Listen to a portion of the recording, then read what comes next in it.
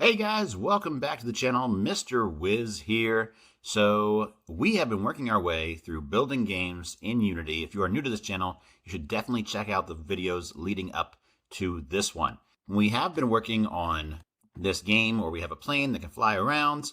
And then the last video, we created some collision code so that if I hit these coins, I get a point. And if I hit the mountains, then I restart the level, right? So that was the big focus of the last video, was getting those collision events to work correctly. And if I go down here to my console tab, I can see where it says +1 points to let me know that I earned a point. So that's all well and good for me at this point in the game. But for my final game, the player needs to know if they've gotten points. They need something on the screen to keep track of the points for them so that they can see how they're doing. So that is known as the user interface. So that will be the purpose of today's video. We'll be creating a user interface and then getting it to update as they get their collectibles, which in my case it's coins. Yours might be something else, whatever you designed, right? So let's get started. A lot of fun stuff to do in today's video. So first off, a user interface. This is our first time really talking about them in this series. So a user interface is what the player sees that lays over top of the screen. It kind of lays over the camera, over everything going on in the game, and it allows them to see information. So pretty much almost any video game you've probably ever played has had a user interface. So the user interface will have things like points. It'll have things like lives. Sometimes there'll be other information on the screen as well. So these are things that move when the player moves. It kind of follows the camera, but it's information on the screen. So that's the user interface. We're going to create one today. So to create your user interface, we're going to go ahead and click on the plus sign up here in the hierarchy. And when we have all these different things, we're going to go down here to UI. UI stands for user interface. And we're going to be putting text on the screen. We're going to be creating a section that shows us the score. So once you go to UI, we're going to select the one that says Text Mesh Pro, okay? Text Mesh Pro is what we are selecting. When we do that, you probably will get this pop-up. Unless you've already used it, this pop-up will come up. So we do have to import TMP Essentials, and that will help us with our setup. Okay, here we go. Oh, wait, what's this? Examples and extras? You know what? Why not? I'm going to download the examples and extras. Maybe it'll have extra fonts or something.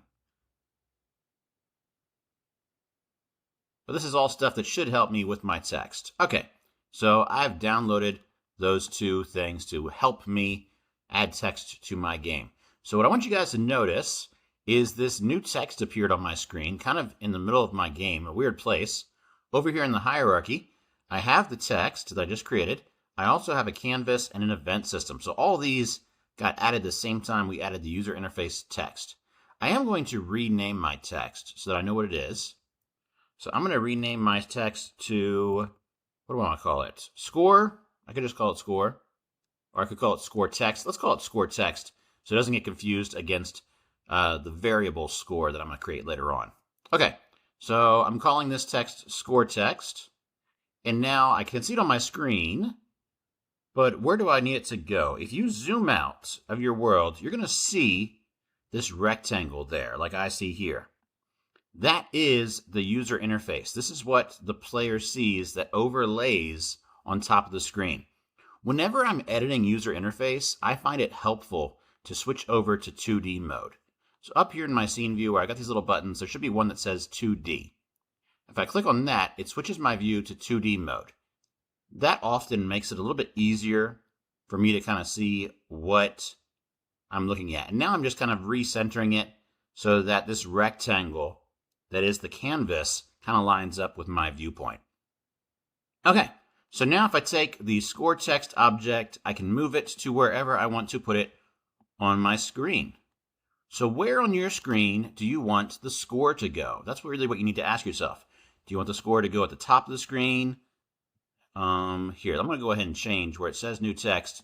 I'm just going to change it to the word score so I can kind of have a better visual. Or actually, I might just put score :0 to kind of show what it would look like. And I can move this to wherever I feel like it should go. Do I want it to be in the center? Do I want it to be at the top? Do I want it to be at the bottom? I kind of have to make that decision now, right? Maybe I want it to be on the left side. Maybe I want it to be on the right side. So go ahead and decide where on your screen you would like the score to go. You know what I should do? As I'm making this decision, I'm going to change my layout a little bit here. I find it's helpful when you're doing user interface to actually see it from the player's perspective, right? And to see things from the player's perspective, you would normally have to click on the game tab. So now I can see from the player's perspective right there. But I'm going to switch my layout to the 2x3 version. With this layout, they actually put them on top of each other so you can see them a little bit better. I like this layout a lot. The only thing I don't like is them putting the project next to the hierarchy. I think the project window is kind of hard to read like this. So I'm going to grab the project window and I'm going to put it underneath the hierarchy. And that's, for me, it's just a little bit easier to read. All right. You don't have to change out your layout if you don't want to. It's up to you. But this is a version that I really like working with. So here I can see the scene view up here. I'm going to switch it back to 2D mode and get a good view of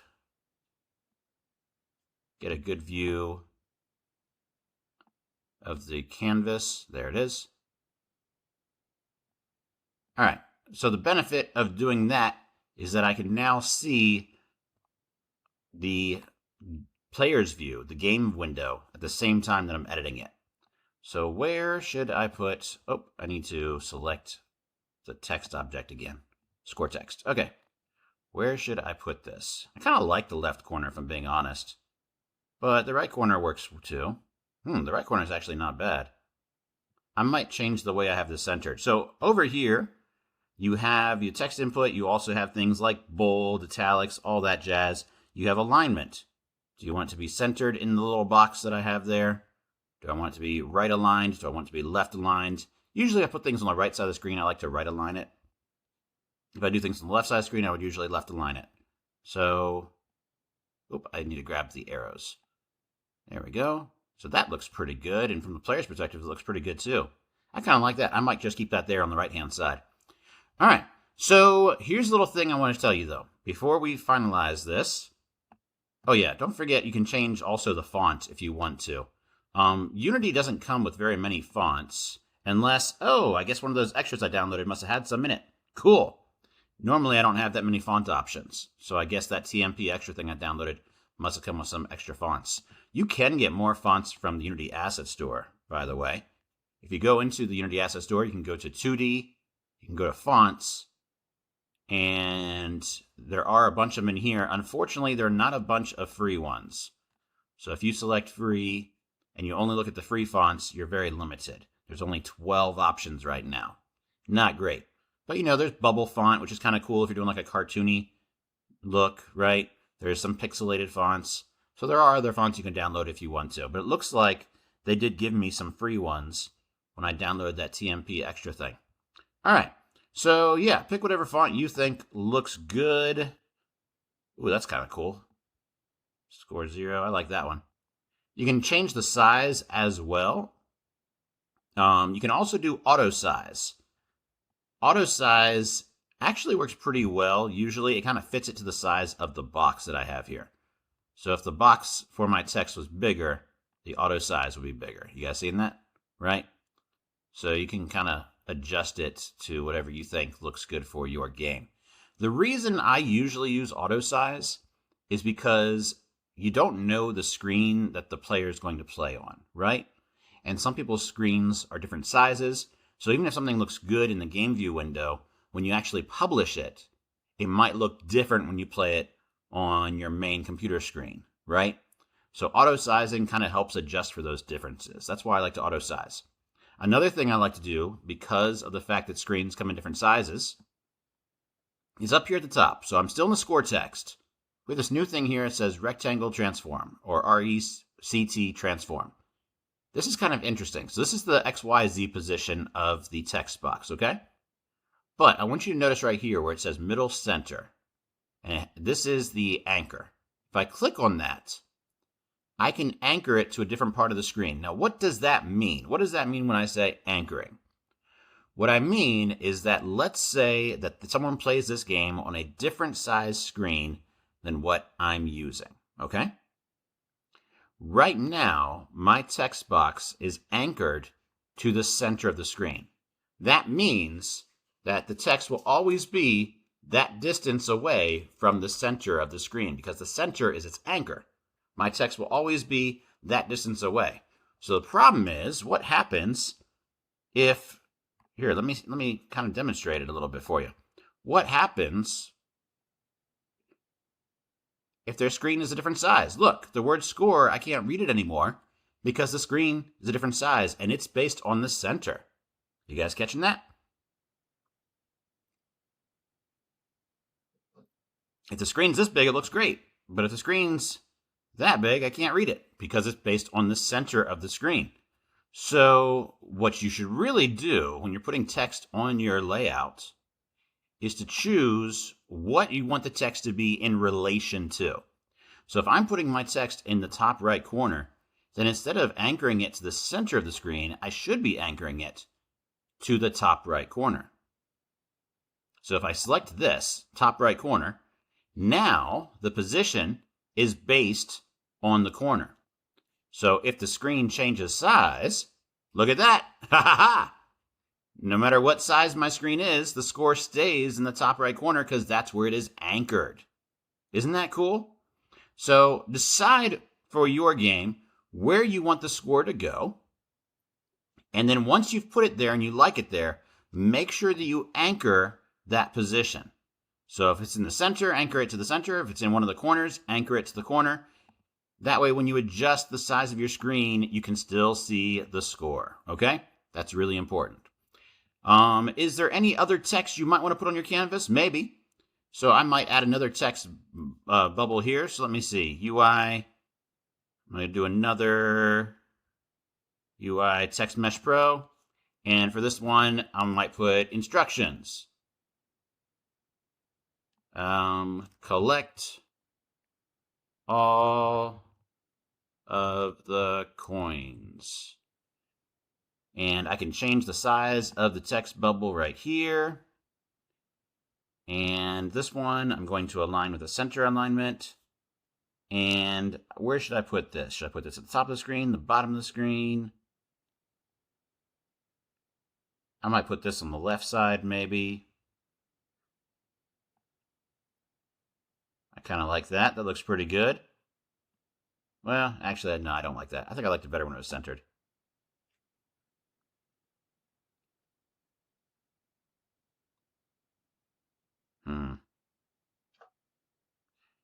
Anyways, once I've got it where I want it, instead of doing a middle center, I can do a bottom center, and now it locks it in place there. So if the size of my screen changes, it still stays at the bottom center of the screen. So you can decide if there's anything else you want to add to your user interface, any other text. Oh, I should probably change the font. That font doesn't look very good. What did I use for that one? Bangers? I like that. Oh yeah, that looks cool. Okay. So go ahead, pause this video, add any text that you want to put on your user interface. Decide how big it's going to be. Decide, I should probably do the auto size. Yeah, I might need to move a little bit. There we go. All right, so decide how big it's going to be. Decide where it's going to go on the screen. Go ahead and make your layout. Do you want it to put the name of your game somewhere on the screen? Maybe you do. Maybe the name of the game should be at the top. Maybe, you want to do something else. It's really up to you guys, okay? So pause this video, figure out how you want the text to look on your screen. Make sure that you name each text box. And then once you have your layout looking good and you have your stuff anchored correctly, come on back and we'll keep going. All right. I'm assuming you've done what you wanted to do there. So now we are at the point where it is time to make our score update as I play the game. So right now, if I'm playing and I collect my coins, that coin bubble does nothing. There's a coin right there. Boy, my coins are hard to see. I should probably make them bigger. There we go. So my score still says 0, right? Because right now my code only shows me the information inside the console window, where is my console window? When I changed my layout, I lost my console window. Oh well, I guess I don't need it right now. We'll find it later. So I want that score to change when I collect points, which means that I need to create a variable that updates, and it updates this user interface. It updates the score text object. So a lot going on here. The script that's currently collecting my coins is the player control script, which is on the player. But the number that I need to change is in the score text, which is a completely separate part of the game. So not only do I need to create variables here, but I need to create a way for something that happens on one object to affect something on another object. So it's starting to get a little bit complicated here, but trust me, it won't be as hard as it sounds. First thing I'm going to do is I do want to create a new script and a new game object to kind of help us keep things organized. So I don't have any objects selected right now. I'm just going to go up here to the plus sign, and we're going to create an empty object. And we're going to call this object Game Manager. And I'm going to call it Game Manager with 2 words. So Game Space Manager. I'm going to hit Enter. And then I'm going to create a new script to go on there. And I can actually, well, here, I'll just keep things organized. I'll go to my script folder. Right now I have 2 scripts in there. I'm going to right-click to create a new C# script. And we're going to name this script also Game Manager. No spaces here. Game Manager. Boom. So I've created my Game Manager script. It is updating it. There we go. And I'm going to put that Game Manager script on to the Game Manager object. So I'm just going to drag and drop it onto the Game Manager object. And if I look at my Game Manager object, there it is. All right. So the Game Manager game object is a very common object to find in games that are made in Unity. It's very normal to have the Game Manager object kind of organize and keep track of the rules of how your game works. That's why we're creating this object as a separate object. That's why we're putting the Game Manager script on it. It's just a little bit easier to have it in its own place than putting it directly on the player. So we're going to go ahead and open up the Game Manager script. And the purpose for what we're doing right now is we're going to create a bit that updates the score on the scoreboard. That's what we need it to do. So before we do this, I do need to add a new library to it. So up here where I've got my 3 systems where it says using, we're going to add another one. So I'm going to use, so using TMP, that's all capital, TMP, and then lowercase ro. So TM Pro is what it says there. Capital T, capital M, capital P, and then RO. So using TM Pro, that's because the text is part of the, if I click on it here, the text is part of the Text Mesh Pro. So we're going to be using some code that is kept in that library. Remember, whenever we're adding things that aren't part of the normal standard Unity, we sometimes have to add extra libraries so that it understands it, okay? So I'm adding the library Text Message Pro, or I'm sorry, not Text Message, oh my God. Text Mesh Pro. There we go.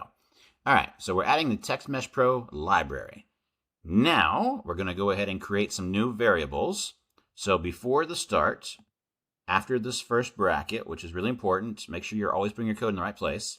I'm just going to create a couple lines here, and we're going to create our new variables. So we're going to create a private variable. So, and this will be for the score.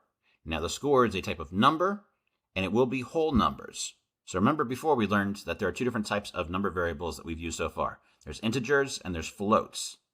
Do you remember the difference? So since we're going to be using whole numbers, which one would we use right now for the score? It would be integer, int, because float is for things that have decimal points, right? So I'm creating a private variable that is an integer variable, and we're just going to call that variable score. All right, so the next variable we're going to create is going to be a public variable, and we're making it public so that we can access it from Unity. So remember, public means we access it from our Unity program, right? And this variable will be allowing us to change the text mesh that we just created for the score. So this variable is a text mesh pro UGUI variable. Now, I'll be honest with you, I don't know what UGUI means. UI stands for user interface, and I think G stands for game, so game user interface. I don't know what the first U is. If anybody watching this video knows, please drop it in the comments because I'm very curious. So text mesh pro UGUI, and we're going to call this variable score text. Lowercase s, capital T, put my semicolon at the end. All right, so we have two variables. One which is a private variable that will keep track of our points. The reason it's private and not public is because we're not going to be changing the points from inside Unity. The points are going to be changing themselves when you collect the collectibles, okay? So there's no reason to make this public. But this one we do need to be public because we need to access it. We need to add the text that we're going to use for it. All right, so we've created our two variables. Now we need to go into the void start and go ahead and set them up with their starting amounts. So the variable score at the very beginning of the game, before you've collected any collectibles, what should your score be? Should be 0, right? So we're going to set score equal 0, semicolon. So at the start of the game, this variable that we made called score, we're going to set it to 0. All right, I'm going to hit enter to create another line. And now we need to set up our text mesh pro. So this one we called score text. So I'm going to put score text equals, and since this is text, we have to use quotes. Quotes represents text, okay? So now I just write what I want it to actually say. So I want it to say score, I want it to say colon. I need to create a space before I put my number, otherwise it won't look very good. You want to have a space before the number. And then here is where it should be saying whatever the score is, right? In this case, the score would be 0, but I'm not going to type 0 here because I want this to update later on. So after the quote, I'm going to put the plus sign and then the word score. And then we will put our semicolon at the end. Actually, I'm looking at this. I think I made a mistake. Score text. Okay, yeah. So score text is the variable, but we can't change the whole thing. We got to tell it what part we're changing. I forgot that. Okay, so I have to put dot text. So this is saying that we're changing the score text object, but we're changing the text part of that object. I know that's confusing. But remember when we were looking at it, this whole thing that says score text, this whole thing is the object. We're telling it we only want to change this part, the text part of it. Okay? We're not changing the font. We're not changing its size. We're not changing its position. We're changing its text. So that's why we put that there. All right. I think this code is written correctly. So let me just do a little Control S here to save. There we go. And let's go back into the program, and it should update. And honestly, it shouldn't look any different because my original thing said score 0. So it should still say score 0 once it updates.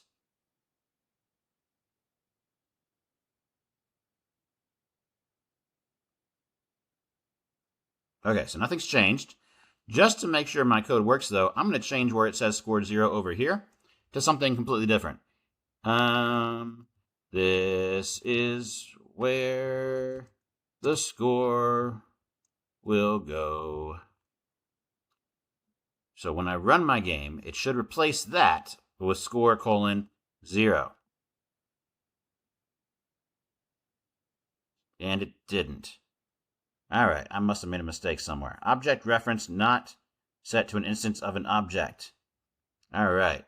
Oh, here's my console window. So, game manager. Object reference not set to an instance of an object. Oh, duh.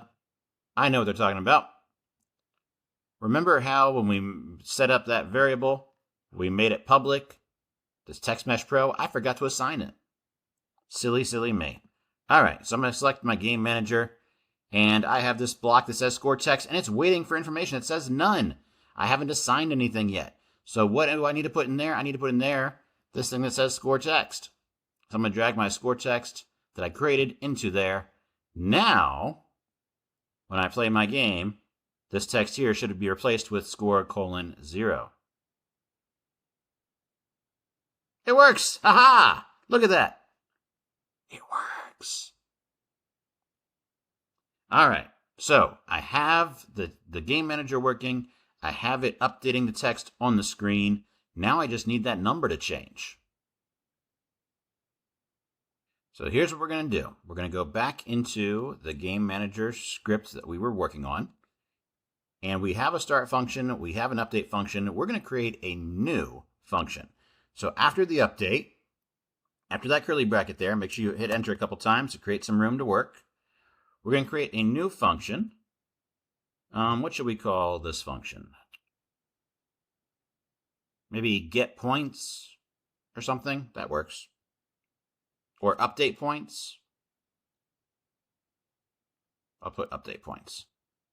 Update points, I'm writing it as one word, but I'm capitalizing each new thing there. I'm going to put my 2 parentheses to show that it is a new function. I'm going to hit enter, create a curly bracket. Now I have a pair of curly brackets, hit enter again. So I just created a function just like we've done before. So now we have a start function, an update function, and an update points function, which is the function I'm making right now. And when we run this function, whenever we run the update points function, I need it to change the score. So we're going to put score. Now here's the fun part. We want it to add 1 point each time, okay? So I'm going to put plus equals. So plus equals means it's taking whatever the original value was and it's adding something. All right? So I'm going to put plus equals 1. So whenever I run this function, it's going to take my original score and it's going to add 1 to it. If I put a different number, it would add a different number to it. If I put a negative number, even though it says add, it would subtract from it, right? So score plus equals 1. Whenever I run this function, it's going to do that. But not only should it add 1 to my score, I also need it to change the text to show that. So I'm going to hit enter again to create a new line. And I'm just going to copy this line that we have up here. Control C to copy, put it down here, Control V to paste. So after it adds 1 to my score, it's going to change the text to score colon whatever the new score is. Make sense? So this is what I want to happen whenever I get a point. And when do I want to get points? I want to get points when I touch a collectible. So here's where we start to get a little bit fun with it. I created this function in my game manager, but I want this function to happen in the other script that's collecting the object, right? So how do I make another script access this function that's inside of this script? I do that by turning my function into a public function. So before the word void, I'm going to put the word public. So just like when we make variables public, it means we can access them from inside Unity. When you make a function public, it means you can access it from other scripts inside of Unity. Kind of cool, right? So let's go ahead and save this. Control S to save. I've created a public function called update points. Make sure that you are paying attention to how you write that, because we need to make sure we write it the exact same way later on when we use it. All right. So now I already saved it, so it's updating in here. No errors popped up, so that's a good sign. I'm going to go back to the script that had me collecting objects, which I put inside of my player control script. So in here, we had this whole on trigger enter, where if we touch an obstacle, it reloads the scene. But if we touch something that's marked as a collectible, it destroys the object and then gives us that little message in the console plus 1 points. So I'm going to get rid of this message here because I don't need that anymore. That was just for me. And we're going to replace it with the new function. So let me pop over. I have them both open here. So update points was the name of the function. So that's what we're going to put here. Update points. I'm going to put my thing there to show that it's a function. Okay. Unfortunately, it's not quite that easy. Oh, I spelled points wrong. I wish it was that easy. But we do need to do a little bit more than just that. Because telling it we want to run this function is great, but we need to tell it where are we going to find that function. Where do you find the function called update points? Well, we know where it is. We know it's in the game manager, right? But they don't know that yet. So this is where, unfortunately, it does get a little bit messy. So what I'm going to do now is I have to create a new variable in here. And this one is going to be private game manager And then I'm just going to call it, we'll just call it Game Manager with a lowercase g this time. All right. I hope this works. This is where it gets a little bit complicated. So we're creating a variable called Game Manager, which is going to represent the actual Game Manager that we made, okay? So when this script runs at the start, I need it to know that this Game Manager is referring to my Game Manager. So this is going to be a complicated looking piece of code. Do your best. Make sure that you spell everything exactly the same way that I spell it, or you're going to have a really hard time, right? So I'm going to put the variable Game Manager that I created with the lowercase g. So we're saying that variable is going to equal, and then I'm going to give it game object dot find. So it's going to look for a game object. I'm going to put parentheses, and I'm going to put quotes. It's going to look for a game object called Game Manager. This time there's a space. So I'm telling it to go look for the object in my game called Game Manager, okay? So my variable Game Manager is going to start by finding the object called Game Manager. Oh, I just realized my find was lowercase. That should be capital, I'm pretty sure. So it's going to find the object called Game Manager. And then I'm putting dot get component. I'm going to use little arrows, these little diamonds for this part, right? So these little arrow brackets. And then I need to give it the name of the component. Well, the name of the component is also Game Manager with no spaces. So we're going to look for an object called Game Manager. And then inside that object, we're going to look for the component in it called Game Manager. And that component is referring to, if I go to my Game Manager, it's referring to the script that we made, right? And remember, the script does not have a space. So that's why we're writing it with a capital G, capital M, no space. And then after the closed arrow bracket, we give a pair of these parentheses and a semicolon to end it. There's a very good chance I may have made a mistake somewhere in here, but I don't think I did. We'll find out when I get error messages, right? Okay. Is there anything else I need to update? Oh yeah, down here. So that was all to tell it where to find the script, right? So it now knows that I have a variable called Game Manager, which is referring to the script called Game Manager, which is inside of the object called Game Manager. In hindsight, maybe I should have given them different names. But Game Manager is pretty standard in the industry. Okay. So now, down here, where it says update points, well, that update points function was inside of Game Manager. So I'm going to put lowercase g, because this is the variable, Game Manager dot update points, and that, I believe, will work. So let's save it and cross our fingers.